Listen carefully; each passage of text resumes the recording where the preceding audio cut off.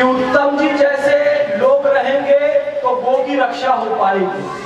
मैं कहता हूं हम यहाँ गो की रक्षा करने नहीं आए, उत्तम जी गाय की रक्षा करने नहीं आए हैं। मैं 11,000 किलोमीटर पैदल चलकर गाय की रक्षा करने नहीं आया हूँ। आपको गाय नहीं बचाना है। अगर आपको खुद कैंसर से बचना है, डायबिटीज से बचना है तो गाय बचाओ। अगर खुद कैंसर से बचना है तो गाय बचाने की आवश्यकता नहीं है। हम गाय को नहीं बचा रहे हैं, हम अपने आप को बचा रहे हैं, हम इस पृथ्वी को बचा रहे हैं, हम धरती में रहने वाले केचुए को बचा रहे हैं, हम पेड़ों पर रहने वाली चिड़िया को बचा रहे हैं। ये केचुआ सुरक्षित रहे, ये मनुष्य सुरक्षित रहे, वो चिड़िया सुरक्षित रहे, ये तब सब सुरक्षित रहेंगे जब गाय सुरक्षित रहेगी। ये पूरे पर्यावरण को सुरक्षित रखने के लिए ये गो सेवा सद्भावना पद यात्रा है। यदि हमें धन चाहिए माँ लक्ष्मी के पास जाते हैं, यदि हमें विद्या चाहिए माँ सरस्वती के पास जाते हैं, यदि हमें शक्ति चाहिए माँ भवानी के पास जाते हैं। अलग अलग दरबार में जाओगे, यहाँ कई ऐसी माएँ बैठी हुई है, सास बैठी हुई है, अपनी दो सगी बहू को भी खुश नहीं कर पाती, कभी अपनी दो सगी बेटी को भी कभी खुश नहीं कर पाती। दोनों को 50-50 हजार रुपए की साड़ी ला कर दे दे, तब भी एक नाराज रहेगी, मेरे को पीले रंग की दी, उसको लाल रंग की। ये सत्य है।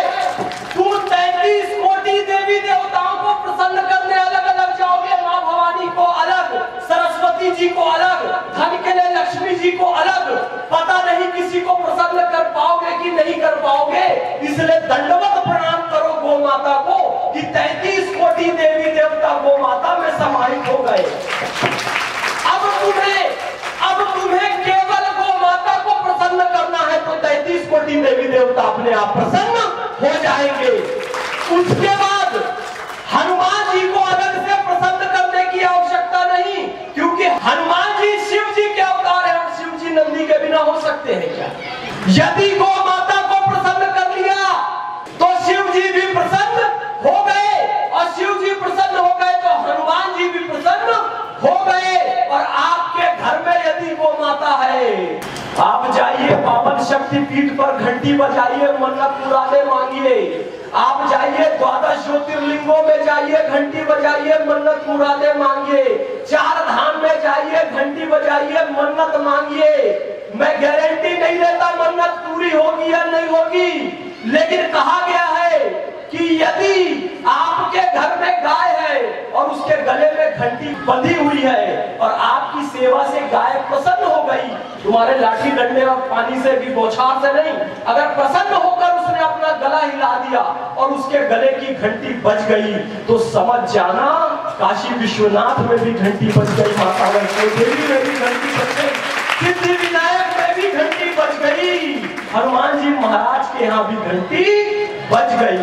यदि गो माता ने प्रसन्न होकर अपनी गले की घंटी बजा दी थी, सकल सिद्धि एकहु के साधे, काय वचन मन गौ आराधे। एक को साध लो सब सध जाएगा। सूर्य की शक्ति जब बिखरी बिखरी रहती है तो एक खेल सबने खेला है, आज के बच्चों ने खेला है कि पता नहीं। जब दादी नानी का चश्मा टूटता है तो हम क्या करते हैं, उसको सूरज के नीचे लेकर जाते हैं और उस कांच के नीचे एक कागज रखते हैं और फिर उस कागज में एक बिंदी पड़ती है और धीरे धीरे कागज क्या होता है। सबने खेला है कि नहीं खेला है? कांच हटा दो और खाली कागज को रखो, कागज जलेगा क्या? आखिर ऐसा क्या हुआ? उस कांच को रखने से कागज जल गया, कांच हटाया तो नहीं जला, कुछ नहीं हुआ। सूर्य की शक्ति बिखरी बिखरी हुई थी, अलग अलग थी, तो इतनी शक्ति उत्पन्न नहीं कर पा रही थी कि उस कागज को जला दे, लेकिन उस कांच के माध्यम से सूर्य की शक्ति एक केंद्र में आती है, तो सूर्य की सारी शक्ति एक केंद्र में लगती है, तो अपनी सारी शक्ति से वो कागज को जला देती है। ठीक उसी तरीके से समस्त देवी देवताओं की शक्तियां बिखरी बिखरी रहती हैं। जब वो गो माता के एक केंद्र में स्थापित हो जाती है और वो गो माता आपके घर में आ जाती है, तो सारी असुरी शक्तियां जलकर नष्ट हो जाती है। फिर उसके बाद आपके घर में कभी वास्तु दोष नहीं होगा। यदि गो माता है तो बोलो माँ, माँ। अरे माँ बोल तो रहे हो, ये माँ शब्द आया कहाँ से, कभी सोचा है ये किसकी आवाज है? कुत्ते की आवाज है, भालू की आवाज है, बंदर की आवाज है, भेड़िया की आवाज है? संसार में माँ शब्द ही गौ माता के मुख से आया है। यही माँ कहीं आई हुआ, कहीं माई हुआ, कहीं अम्मा हुआ, कहीं मदर हुआ, कहीं मैरी हुआ। मूल शब्द क्या है? माँ है। और माँ शब्द गौ माता के मुख से निकला है। तो जब भी आई सुनो, माई सुनो, अम्मा सुनो, माँ सुनो, पहले गौ माता को प्रणाम करना कि तेरी कृपा से हमें इतना सुंदर शब्द मिला है। बोलो हनुमान जी किसके भक्त है? दुनिया चले ना श्री राम के बिना, और राम जी चले ना हनुमान के बिना। राम जी ने भी हनुमान जी के जो इष्ट है, आराध्य है, जब इस धरती पर अवतार लिया तो कोई भी माध्यम चुन सकते थे, लेकिन माध्यम क्या चुना?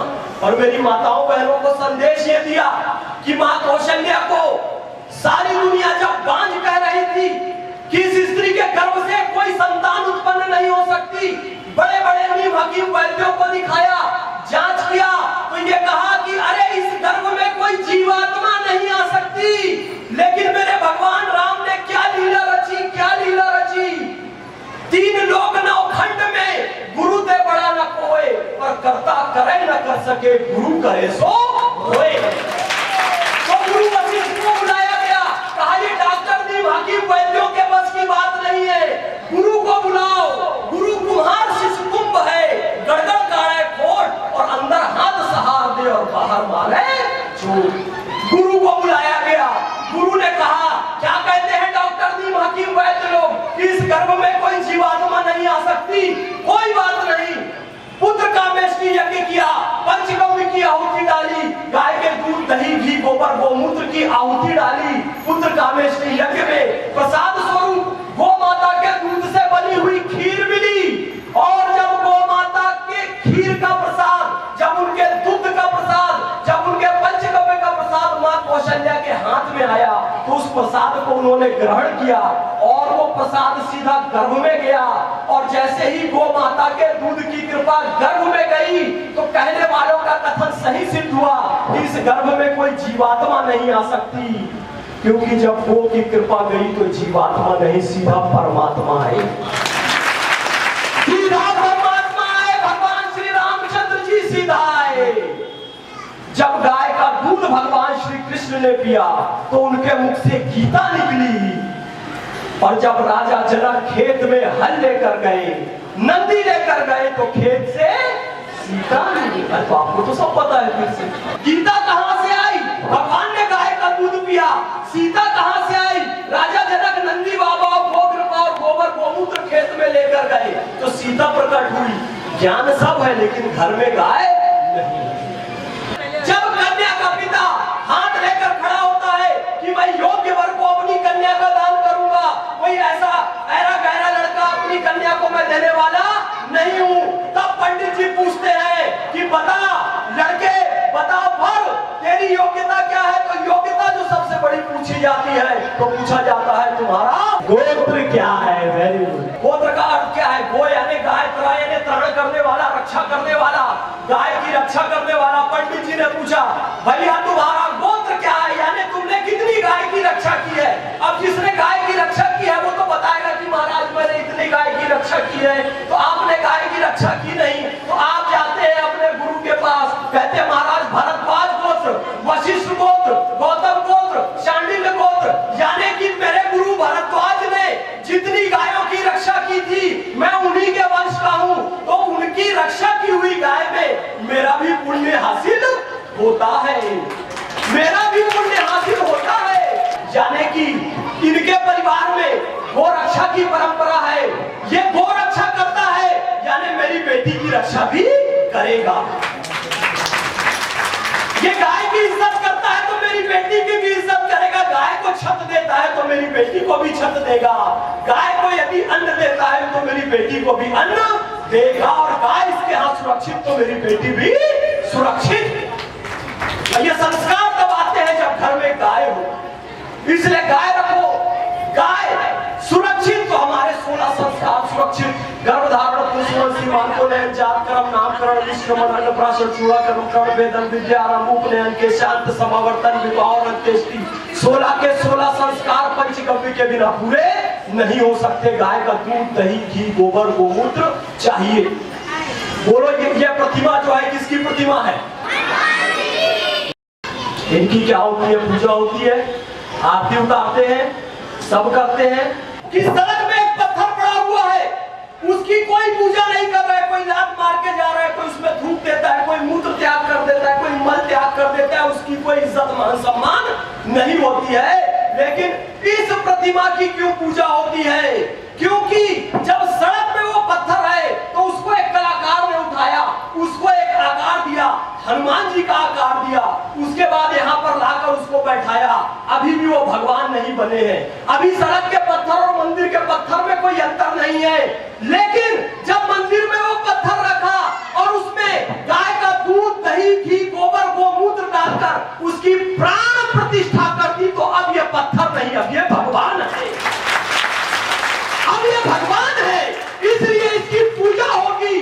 तो यदि तुमको लगता है कि तुम्हारी सास का हृदय पत्थर हो गया है, तुम्हारी बहू का हृदय पत्थर हो गया है, तुम्हारा बेटा तुम्हारी बात नहीं सुनता है, तुम्हारी बेटी तुम्हारी बात नहीं सुनती है, ये तो पत्थर दिल वाले हो गए, मैं रो रो के थक गई, हार गई समझा समझा के, लेकिन ये मेरी बात नहीं सुनते हैं। घर में गाय का दूध, दही, घी, गोबर, गोमूत्र ले आओ, तुम्हारे पत्थर रूपी हृदय में भी भगवान का वास हो जाए।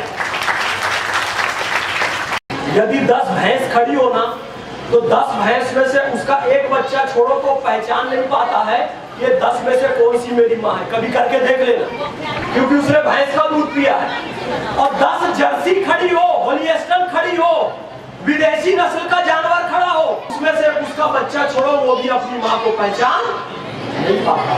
लेकिन 1 लाख देसी गाय खड़ी हो, गिर नस्ल की, कोकड़ी नस्ल की, अमृत महल नस्ल की, भारतीय नस्ल की गाय 1 लाख खड़ी हो, एक बच्चा छोड़ो, 1 लाख गाय का कोई एक बच्चा वो सीधा अपनी माँ के पास जाएगा क्योंकि उसने गाय का दूध पिया है। बात यही है, बचपन में ये बच्चे लड़ाई करेंगे तुम्हारी गोद में बैठने के लिए, और देसी गाय का दूध, दही, घी, गोबर, गोमूत्र नहीं पिलाया तो बड़े होकर लड़ाई करेंगे कि मैं माँ को मैं नहीं रखूंगा, मैं बाप को मैं नहीं रखूंगा। ये इस दुनिया की सच्चाई है। अब इस बात पे ताली मत बजाना, मत बजाना, ये शर्म की बात है, ये शर्म की बात है। क्योंकि गाय का दूध पिया हुआ बच्चा ही अपनी माँ को पहचानेगा, नहीं तो नहीं पहचानेगा। और ये संसार में हम देख रहे हैं, क्योंकि गाय चली गई। कितने लोग ऐसे लोगों को जानते हैं जिसने जीवन में कभी बीड़ी, तंबाकू, सिगरेट नहीं पिया, उसको भी कैंसर हुआ, कर्क रोग। ऐसे किसी को जानते हो आप जानते हैं, आप जानते हैं, आप मैं देखो तुरंत यहाँ बैठे बैठे इलाज कर दूंगा। अभी ट्यूमर वाले, ब्रेन ट्यूमर, घुटने के दर्द वाले कितने बैठे, देखो हनुमान जी महाराज की कृपा से सब ठीक हो जाएगा। महावीर विक्रम बजरंगी, कुमति निवार सुमति के संगी। तो ये भैंस, जर्सी, पैकेट, डब्बे का दूध, ये सब क्या है? कुमति है। और गौ मैया का दूध सुमति है। कुमति निवार सुमति के संगी। एक गाड़ी चल रही थी, स्पीड ब्रेकर आया, कार जो चला रहा था उसका माथा फट गया, 2 टुकड़ा हो गया। उसने देखा एक आगे बोर्ड लगा था, कार धीरे चलाना था, पीछे स्पीड ब्रेकर था। बोलो इस बोर्ड का कोई मतलब हुआ क्या? एम्बुलेंस आई, उसका ऑपरेशन हुआ, टांका लगा पूरे सर में, नॉर्मल होने में उसको 1 साल लग गया, 5-7 लाख रुपए खर्चा आ गया। काम मेडिकल साइंस ने कितनी तरक्की कर ली, सर 2 टुकड़ा हो गया था, सिल दिया, 1 साल लगा ठीक होने में, 5 लाख खर्चा आया, पर तरक्की की कि नहीं की?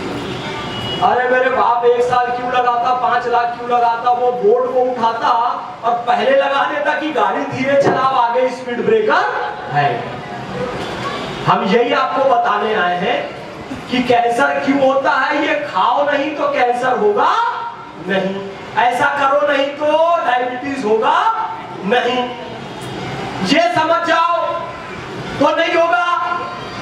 पेट्रोल की गाड़ी, डीजल की गाड़ी, उसमें पानी डाला, मिट्टी डाला तो इंजन बैठ जाएगा, बैठेगा कि नहीं बैठेगा? ये शरीर में गाय का दूध, दही, घी डालना था, शराब, गुटखा डाला, तामसिक भोजन डाला, जर्सी का डाला, भैंस का डाला, तो है, इंजन भी बैठा कि नहीं बैठा। और इंजन बैठता है तो इंजन खोलना पड़ता है, इंजन खुलता है तो गाड़ी की लाइफ बढ़ती है कि घटती है। तो कितने लोग का इंजन खुल चुका है। ये संदेश दे रहे, दिल खोल देते। अगर यारों के साथ तो खोलना नहीं पड़ता अस्पताल में औजारों के साथ। अगर भगवान की भक्ति में दिल खोल लेते, सबको साथ लेकर चलते, हर सुख दुख में शामिल होते, तो किसी को हार्ट अटैक कभी नहीं होता। तो इन्होंने दिल खोल के बता दिया, हृदय में भगवान का प्रेम रखो तो सिया राम मैं सब जग जान ही करूं प्रणाम, जोरी जुग पानी तुम्हें कभी हार्ट अटैक नहीं होगा। हृदय में अगर प्रेम रहेगा तो, सद्भावना रहेगी तो। क्या तुलसी के अलग अलग पत्तों में पानी देते हो कि जड़ में देते हो? जड़ में पानी दो, तुलसी तुम्हारे अमृत का काम करेगी। प्राण को पकड़ लो, प्राण तुम्हारा पंच तत्वों से बना है। पहला मिट्टी, मिट्टी हमारे शरीर में अशुद्ध हुई तो मिट्टी कैसे जाती है? मिट्टी सीधा नहीं जाती है। मिट्टी हमारे शरीर में कैसे जाती है? हम मिट्टी में उगा हुआ जो खाते हैं वहां से मिट्टी हमारे शरीर में जाती है। तो मिट्टी अशुद्ध कैसे हुई? यूरिया पेस्टिसाइड डाला, वो वाला भोजन खाया, मिट्टी अशुद्ध हो गई। मिट्टी अशुद्ध हुई तो शरीर में कैंसर हो गया। यूरिया पेस्टिसाइड वाला खाना खाने से कैंसर होता है। भूमि में गोबर डालो फिर खाना खाओ, कभी कैंसर नहीं होगा। शरीर में 70% जल है, ब्रेन में 80% जल है।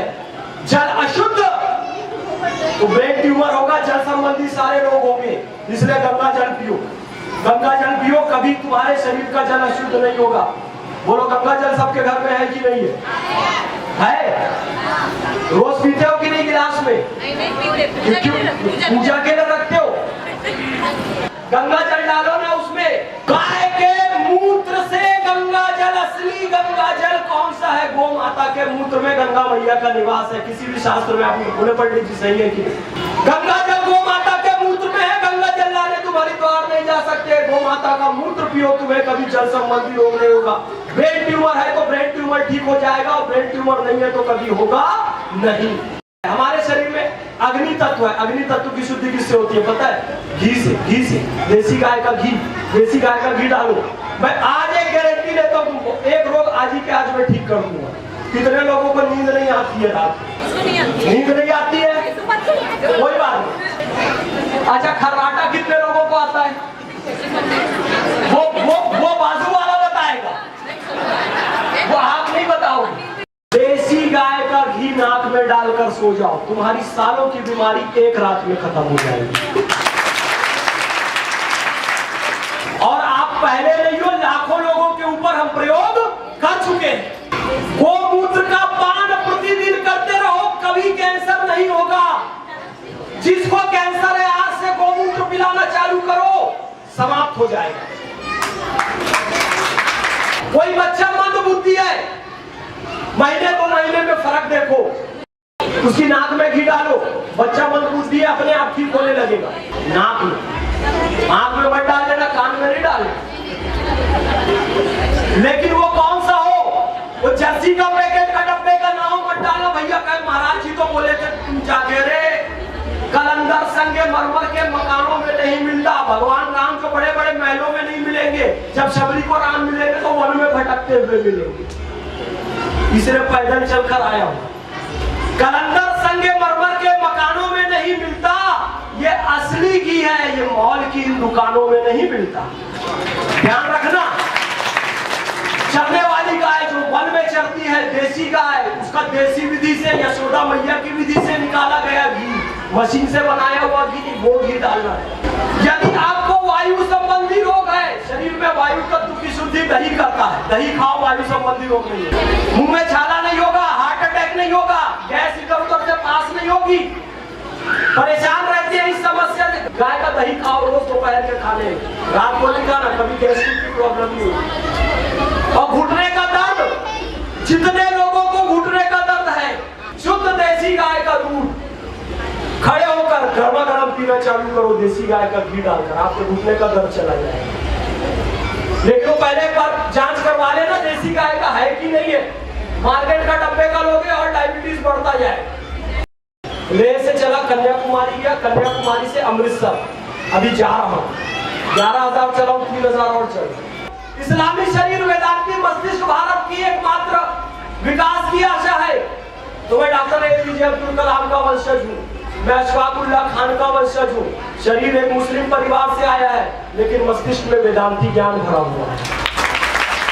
भगवान तो सबको मौका देता है ना, अर्जुन को भी देगा, भीम को भी देगा, युधिष्ठिर को देगा, सब लड़ते रहेंगे।